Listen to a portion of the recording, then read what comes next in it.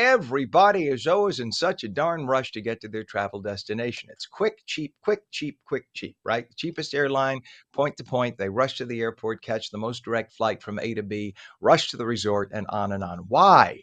Why not slow it down a bit? Enjoy your vacation. Have a little travel by train. Erik, the travel guy Hastings of ericthetravelguide.com. That's Erik with a K, and host of the PBS and YouTube travel series Beyond Your Backyard, joins us now. Good morning, Erik. Good morning, sir. How are you today? I'm good, thank you, sir. And we may not have the Orient Express here, but we do have Amtrak, and they've tried to step it up a bit. And traveling the U.S. by train as opposed to just flying on a low-cost airline sounds like a lot of fun if you have family and you want to reconnect and face each other and talk, as opposed to being seated at different parts of a plane. This sounds like a different way to do it. Well, it absolutely is a different way to do it, and you're right. That's how they hook you into it. That's how they Mhm. get you, Ken. They get you to say, you got to slow down. But Amtrak might be too slow for some people, and that's okay. But you're correct. It is a different type of vacation.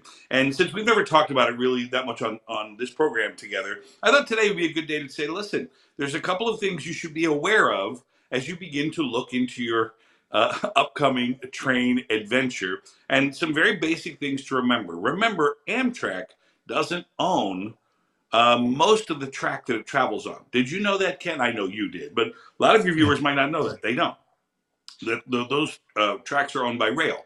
So the freight companies own the track, and they lease it, or lease the space, or lease the time to Amtrak, which is why you will find the longer the journey on Amtrak, sometimes the delays can be quite long. And that's okay, Mhm. because again, it's all a matter of how you view these things. So that's number one. Number two, the most traveled train track in the United States is on the Northeast Corridor. A lot of your viewers already know this. That goes from Boston all the way down to Washington, D.C. That's where you'll find the Acela, which can travel up to 150 miles an hour. That's where you'll find that. So there are some options there. Now, I do have a couple of options that I want to run past you today, just to kind of get you in the mood, because again, pricing on a train is per person, just like an airline. But what you may not know is for those longer routes, you'll find different types of accommodations. You can buy a seat, or you can purchase a seat on a particular passage, or you can get what's called a roomette or a bedroom.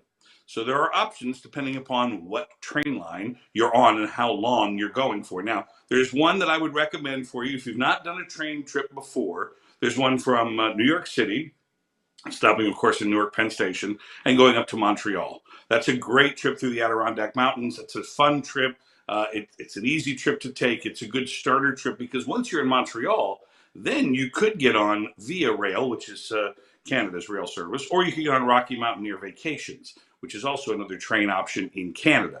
Now that brings us to our second option. Are you writing this down, Ken, or am I just, I'm just Yes, asking, because look. half my lights are out over here. It's a mess. I don't know. I'm surprised I'm even here, quite frankly.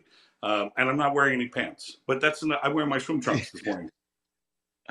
Second, that I would suggest for you, Ken, is to do a Rocky Mountaineer vacation that starts in Vancouver and goes over to Banff. And that's a really awesome trip to take. I don't know if you've done that one before, but that is a lot of fun.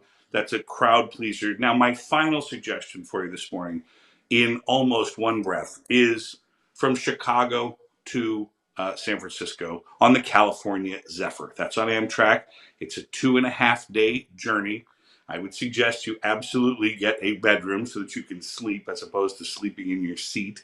And it is a truly spectacular trip through the Rocky Mountains, the Sierra Nevada mountains. I mean, the prairie lands, and of course, you end up in San Francisco.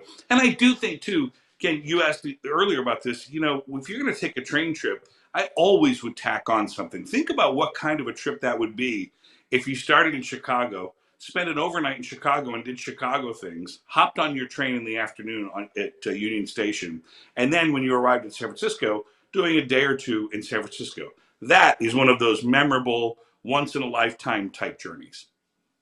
Especially if the point is not just getting to the place and jumping in a pool and ignoring the people you're with. If you want to Right. reconnect with your family and talk, this is a smart way to do it. So we are And for wrapping it those up here. We're out of time. Just so that you know, Eric, we're on hard breaks now. I should have let you know that, but you're right. You're right on time. You took us right to the edge here. And just so you know, for for those who don't realize, the tunnel you're talking about is the Gateway Tunnel project we've been talking about. That's the one that Trump threatened now to cancel. That's right, what connects the Northeast Corridor. So we hope that that gets rebuilt with two new tracks, or else we could have a problem with Amtrak and all the that's right. trains. So we keep our That's right. fingers crossed. Eric the Travel Guy Hastings of ericthetravelguy.com. Eric with a K, and host of the PBS and YouTube travel series Beyond Your Backyard, owner of the Orlando Murder Mystery Dinner Theater, the Speakeasy Murder and Other Acts of Prohibition. Thank you for coming on, sir. Thank you, Ken Hardbreak Rosato. You are the best. Thank you.